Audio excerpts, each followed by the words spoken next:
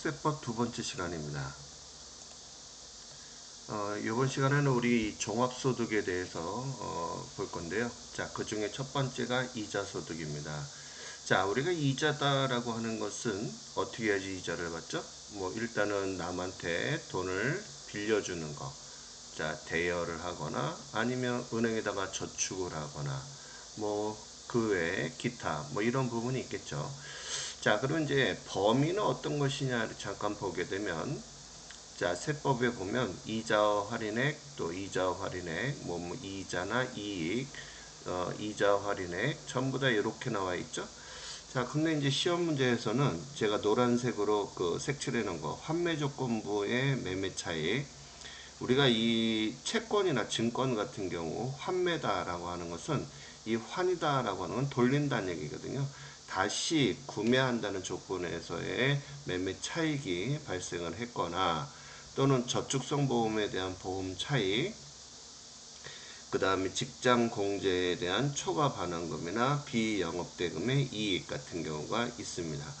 자, 직장 공제 초과 반환금이다라고 하는 것은 이렇게 보시면 돼요. 회사에서 어, 유아원이 없어요. 그래가지고 유아원을 만들기 위해서 직장인들한테 돈을 투자를 받는 거죠. 뭐 구자별로 1구자에 10,000원씩 해가지고 어떤 사람은 10만원, 뭐 어떤 사람은 100만원 이렇게 해가지고, 자, 그럼 이제 그 유아원을 설립을 하고 그 다음에 운영을 하겠죠. 그러면 거기에서 뭐가 발생하죠? 수익이 발생할 거 아니에요. 그죠? 이 수익이 발생했을 때 자기가 투자한 구자별로 배당을 해주는 그런 부분이에요. 그래서 그 배당 같은 배당이라고 표현했지만 아무튼 그 부분에 대해서 내 투자한 만큼의 이자가 발생하는 그런 부분을 우리가 이제 초과 반환금이다라고 하는 것입니다. 자, 비영업대금의 이익이다라고 하는 것은 무슨 얘기냐면 금전 소비를 대체하는, 이 말이 뭐냐면 돈 빌려주는 그런 회사가 아닌 이런 얘기예요.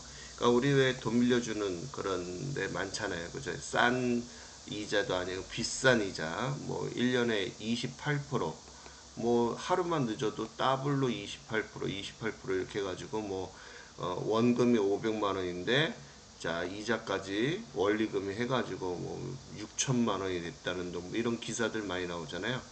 음. 자, 이 여기서 비영업대금의 이익이다라고 하는 것은 그런 금전 소비 대차를 하는 사업성을 가진 사람이 아닌 사람끼리 돈을 빌려주고 받는 거예요. 예를 들어서 법인과 또 법인 간에 돈을 빌려주고 빌려오는 경우, 자, 이럴 때에 발생되는 이자 부분에 관련된 것을 우리가 이 비영업대금의 이익이다라고 보시면 돼요.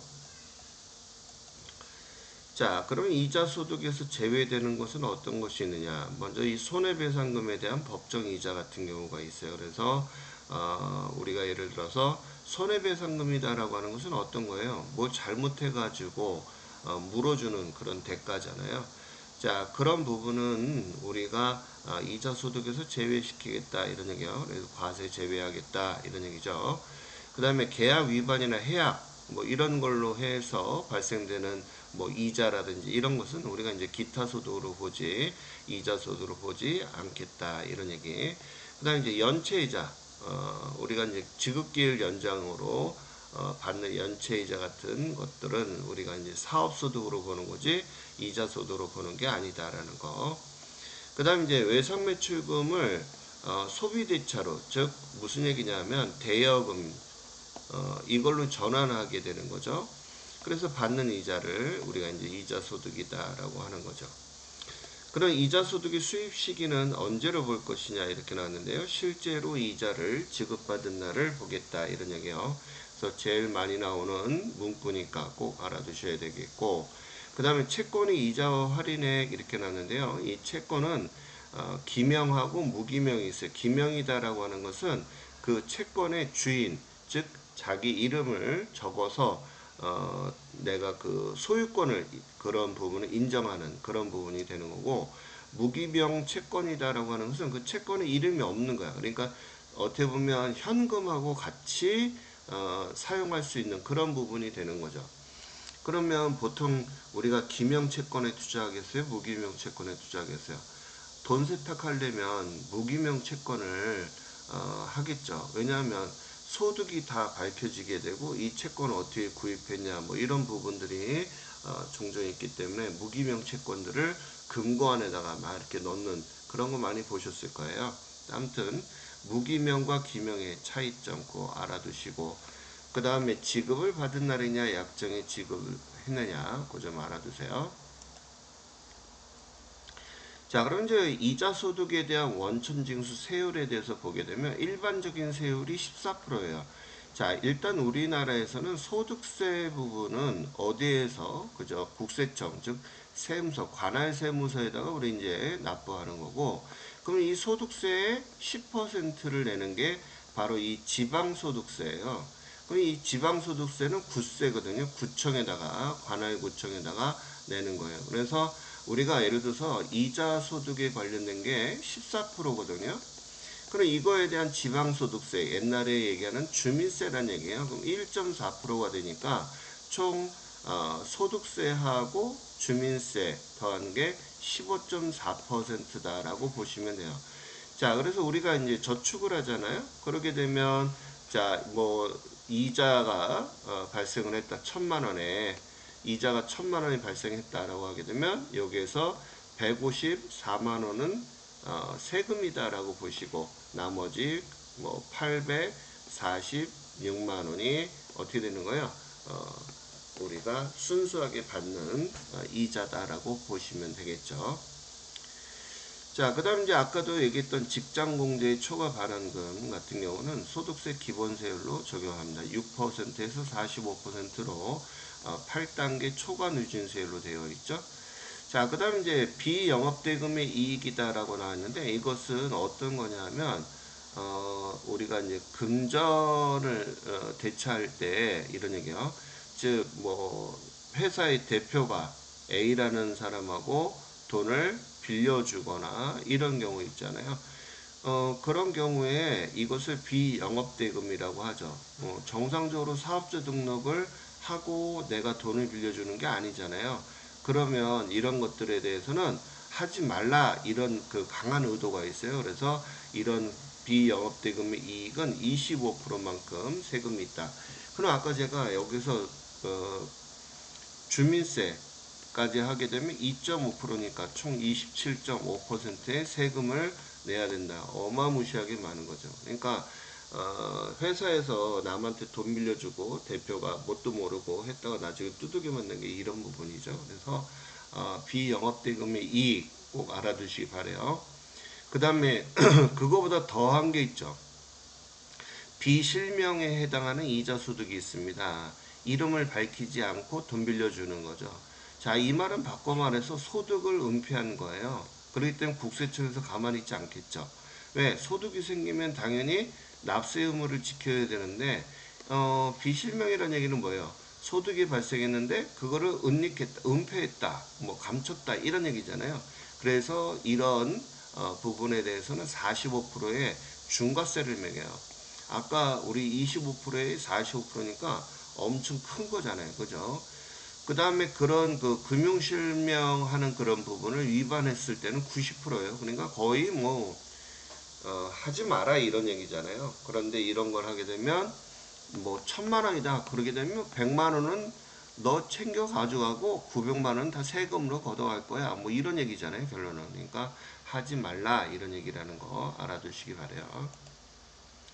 자, 그 다음에 이제 배당소득으로 들어갑니다. 배당이다라고 하는 것은 우리가 주식회사에다가 법인 중에 하나가 주식회사에 무엇을 구입했을 때 그저 주식을 투자한 투자자들한테 우리가 배당금을 지급을 하는 거죠. 그죠? 그래서 내국법인으로부터 받는 이익이나 잉여금에 해당하는 배당이나 분배금 같은 경우가 여기에 해당이 되겠고요. 그 다음에 또 법인 배당금이나 분배금. 그 다음에 이제 시험에 제일 많이 나오는 게 이제 의제 배당 같은 경우에요. 합병을 하거나 감자를 하거나 이런 부분이거든요. 이거는 꼭 알아두셔야 돼요. 뒤에서 나오니까 다시 자세하게 설명합니다. 배당으로 간주하겠다 이런 얘기죠.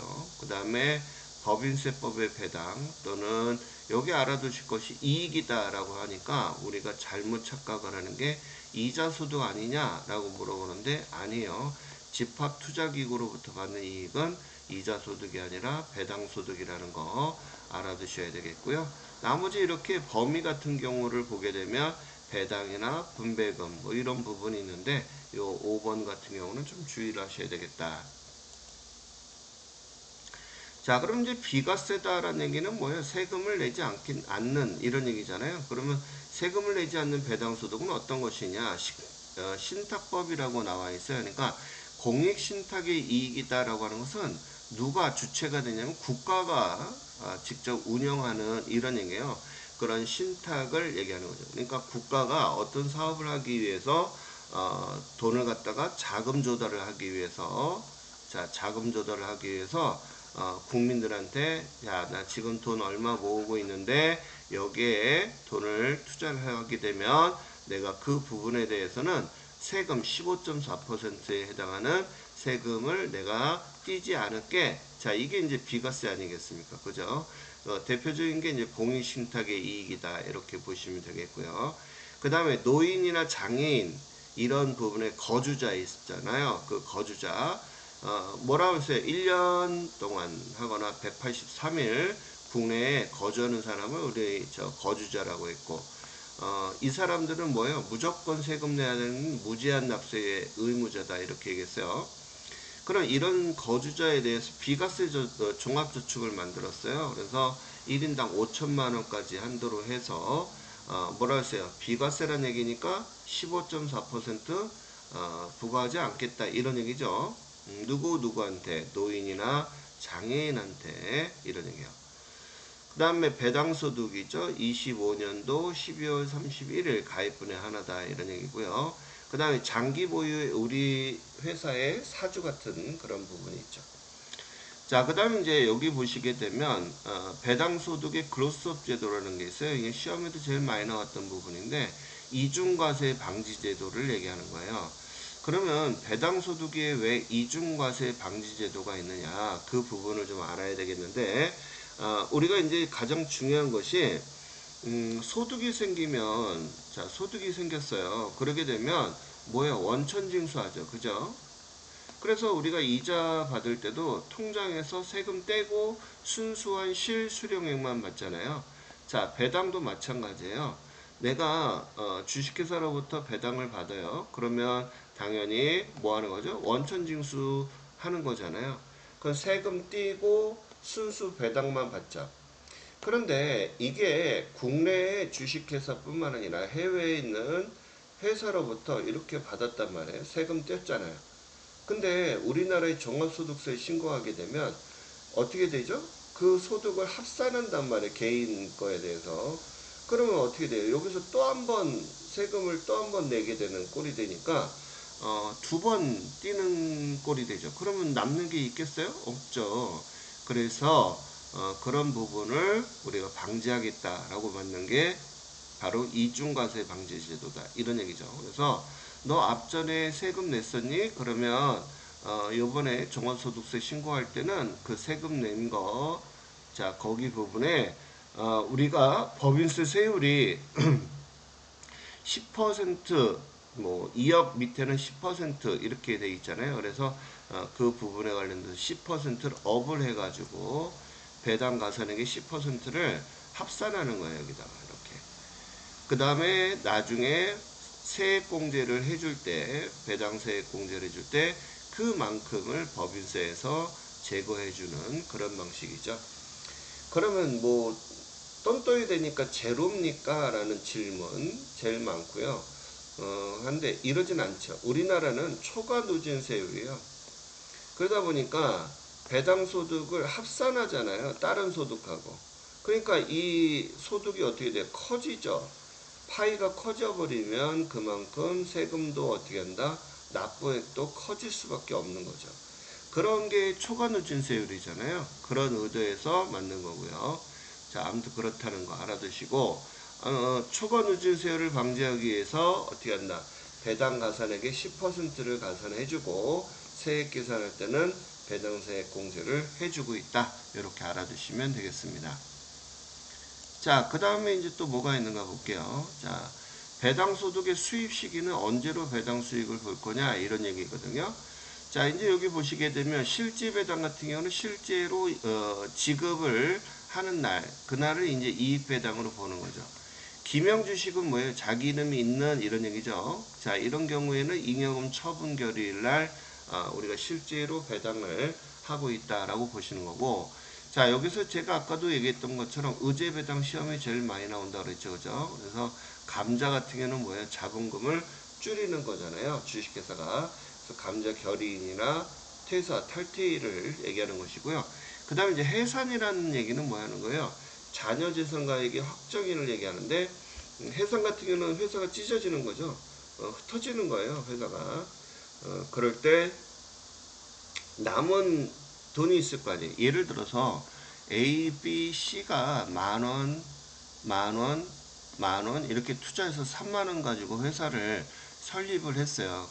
자, 10년간 했더니 이 사람의 자본금이 얼마로 돼 있냐면, 자, 5만원, 5만원, 5만원 이렇게 돼 있다라고 한번 해볼게요.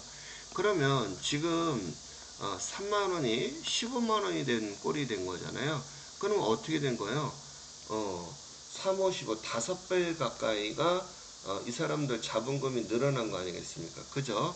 그런 부분을 우리는 5배만큼 늘어난 것을 배당을 받은 걸로 간주하겠다라고 보는 거죠. 그래서 제 자녀재산가액의 확정일을 기준하고 합병 등기일, 아까도 둘이 합치는 거 있죠? A와 B에 합치는 그런 등기를 의제 배당을 한다. 그럼 둘이 합칠 때 A를 갖고 있는 주식을 갖고 있는 사람과 B를 갖고 있는 주식을 갖고 있는 사람들에 대해서 우리가 어떻게 돼요? 합병을 하는 순간 둘이 합쳐지니까 그만큼을 더 챙겨주겠다든지 아니면 감하겠다든지 뭐 여러 가지 이유가 있겠죠. 그죠? 자, 분할은 뭐 하는 거야? 쪼개지는 거를 얘기하는 거고요. 그 다음에 잉여금 자본 전입이다라고 하는 것은 우리가 초과되거나 남는 부분을 자본에 전입한다라는 얘기는 뭐예요? 증자나 감자나 이런 부분에 우리가 결정하겠다 이런 얘기, 자본 전입으로. 즉 그런데 소모하겠다 이런 얘기죠. 자, 인정배당이다라고 하는 것은 뭐 하는 거예요? 당해 사업연대 결산할증일을 얘기하는 것이겠죠. 자, 그러면 이제 금융소득, 여기서 말하는 이 금융소득은 이자와 배당소득을 얘기하는 건데요. 자, 그럼 이자와 배당소득은 원천징수를 한다라고 그랬잖아요. 그러면 그 세율, 그거 한번 볼까요? 자, 무조건 종합과세와 조건부 종합과세를 두 개 더하게 되면요. 2천만 원을 항상 기준해요. 그래서 2천만 원까지는, 자, 2천만 원이 초과되는 부분. 자, 그 부분은 우리가 무슨 과세? 그죠. 종합과세가 되겠고, 그 다음에 2천만 원이 우리가 안 되는 경우에는 분리과세를 한다. 즉 원천징수로 종결짓겠다 이런 얘기가 되는 거죠. 자, 이렇게 알아두시면 됩니다. 자, 그 다음에 이제 사업소득에 관련된 거를 잠깐 볼게요. 우리가 이제 사업이라고 하는 것은 말 그대로 돈을 벌려고 사업을 하는 거잖아요. 자, 그 범위, 사업의 범위는 되게 많겠죠. 뭐 여기 앞에 편의점서부터 치킨집, 화장품, 뭐 옷을 판매하는 곳, 뭐 되게 많잖아요. 자, 농업도 마찬가지 사업에 해당이 되고요. 임업 같은 거, 그 다음에 광업, 제조업, 그 다음에 전기나 가스 중기, 공기조절 공급업, 뭐 이런 데서도 마찬가지 이자 소득의 범위를 보겠다. 이외에도 범위가 상당히 넓다라는 거 참고해서 알아두시면 되겠고요. 자, 그럼 사업소득으로 보지 않는 거라고 했잖아요. 자, 그럼 사업소득으로 보지 않는 것은 과세하지 않는다. 즉 세금을 내지 않겠다 이런 얘기잖아요. 그죠? 자, 농업 중 곡물이 기타 식량 재배업을 한다든지 또는 연구개발업에 해당하는 거, 또 교동교육법, 뭐 직업훈련 개발교사 저희 같은 사람들이죠. 그다음에 노인학교 뭐 이런 사람들. 그 다음에 노인 그 수용에 대해서 아동 수용, 또 성인, 장애인 이런 복지사업 같은 경우들 이런 것들도 사업소득으로 과세하지 않는다는 거. 자, 그럼 비과세 사업소득이다라고 하는데 비과세라는 얘기는 뭐예요? 세금 걷지 않겠다 이런 얘기가 되는 거잖아요. 자, 그러면 이제 논이나 밭 이런 데에서 발생하는 소득 같은 경우, 그 다음에 임대소득인데 기준시가가 12억을 초과하는 주택은 제외하는 겁니다. 자, 농업, 그 다음에 술 만드는 거, 그 다음에 조립리가 5년 이상의 벌채 또는 양도로 발생한 소득, 이렇게 나왔어요. 그런 내용들 시험에도 자주 나오니까 좀 알아두시기 바랍니다. 자, 그러면 우리가 이 사업소득의 총수익 금액 이렇게 나왔는데요. 자, 우리가 이 사업소득에서 자, 총수익 금액이 있을 거 아니에요. 그죠? 총수익 금액, 산입, 그 다음에 불산입 이렇게 나올 거예요. 그죠? 네. 총수익 금액에 대한 산입과 불산입을, 그럼 불산입을 빼주게 됐을 때 사업 소득 금액이다, 이렇게 좀 알아두셔야 돼요. 그러니까 사업소득과 사업소득 금액은 다르다, 이렇게 보시면 되겠죠.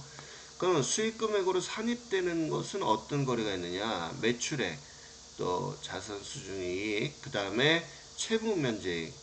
다만 이제 결손 보존을 하기 위해서 총수익 금액은 우리가 해당이 되지 않는다는 거 알아두시기 바래요. 그러니까 목적을 어디에다 두느냐, 이런 얘기예요. 그런 부분. 자, 거래 상대방으로부터 받은 장려금이라든지 또 장려금, 또 기타 관련된 부분들이 있겠죠. 그 다음에 사업용 자산의 손실로 인한 보험 차익 같은 경우가 해당이 되겠습니다. 자, 그 다음에 총수익 금액의 불산입. 자, 이거는 수입으로 보지 않겠다, 이런 얘기가 되는 거죠. 그죠? 자, 이자 배당소득, 그 다음에 여기 보시게 되면 우리 자산의 평가차익이라고 나와 있죠.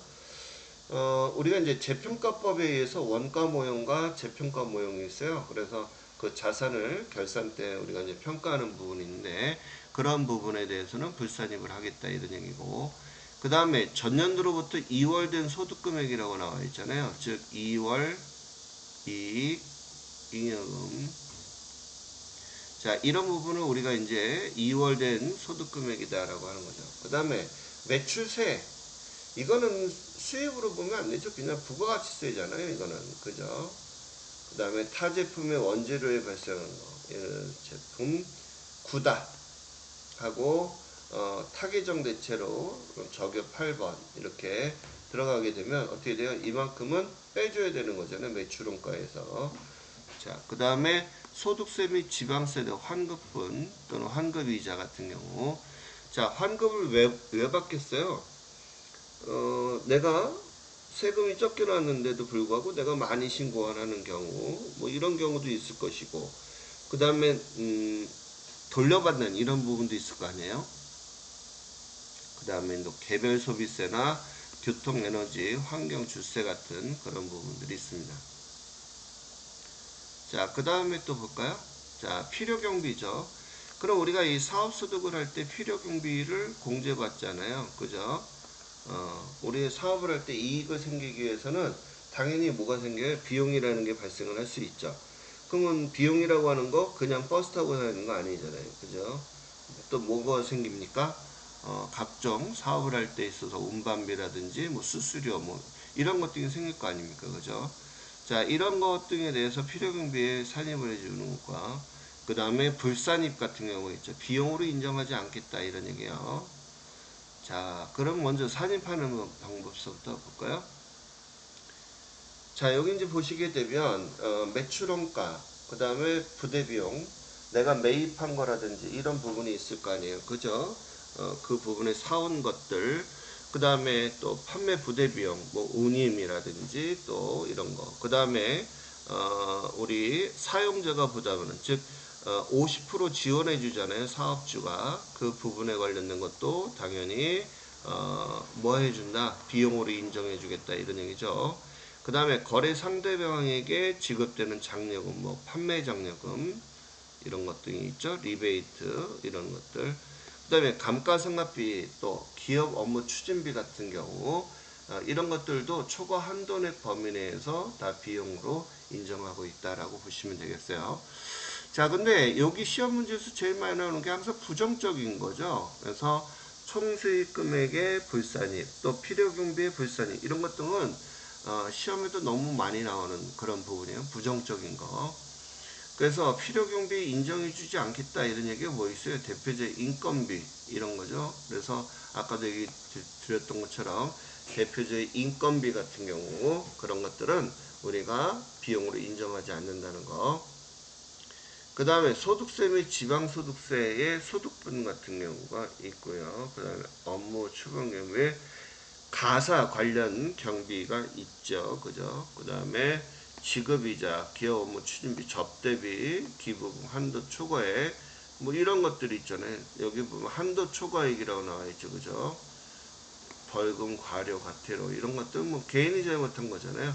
이런 것들 전부 다 필요경비 불산입으로 하고 있다는 거 알아두시기 바래요. 자, 그러면 사업소득의 수입 시기는 언제로 하느냐? 당연히 인도한 날을 기준하잖아요. 물건을 넘겨준 날. 그 외에는 이제 뭐 대금을 청산을 하거나 또 소유권 이전 등기, 수익이 빠른 날 이렇게 들어간다. 시형 판매는 뭐 하는 거예요? 우리 회계 시간에 배웠었잖아요. 샘플만 보여주고 이거 살게요 라고 하는 구매 의사를 표시하게 되면 매출로 보겠다 이런 얘기잖아요. 그죠? 그럼 남은 것은 뭐예요? 그쵸, 재고가 되는 거죠. 위탁 판매는 수탁자가 누구한테? 위탁자한테 물건을 보내는 거죠. 그래서 팔아줘 라고 보내주는 것을 적성품 이렇게 얘기하잖아요. 그죠? 그래서 수탁자가 위탁품을 판매한 날, 그러면 매출을 언제를 볼 것이냐? 위탁자죠. 그죠? 자, 여기 수탁자죠. 그죠? 여기가 위탁자, 수탁자가 제3자에게 물건을 판매한 날을, 그죠? 수익으로 보겠다. 이런 얘기잖아요. 그 다음에 장기 활부는 인도한 날 또는 회수기간이 도래한 날, 그 다음에 용역의 제공일 때는 완료한 날 기준하시고요. 무인 판매기 같은 경우는 현금을 인취한 날, 찾은 날을 기준으로 하고 있다는 점 알아두시기 바래요. 우리가 지금 종합소득에 관련돼서 배우고 있는데요. 범위, 그 다음에 어떻게 계산하는지, 필요경비, 또 총수익 금액에 대한 산입과 불산입 그런 내용들을 정확히 내 걸로 만들어 주셨으면 좋겠습니다. 자, 수고하셨습니다.